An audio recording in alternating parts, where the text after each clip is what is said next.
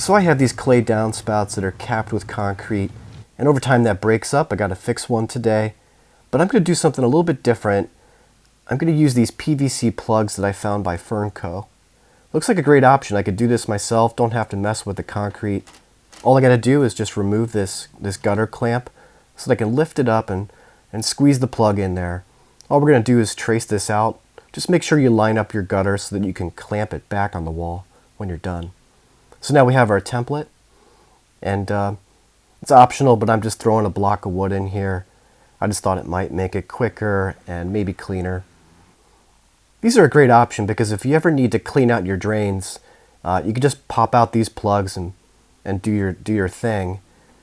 You know, normally you would have a tuck pointing guy cap these with concrete when they do that kind of work. But yeah, I'm just doing this real quick. It took 5 minutes. I hope it helps you out. Thanks.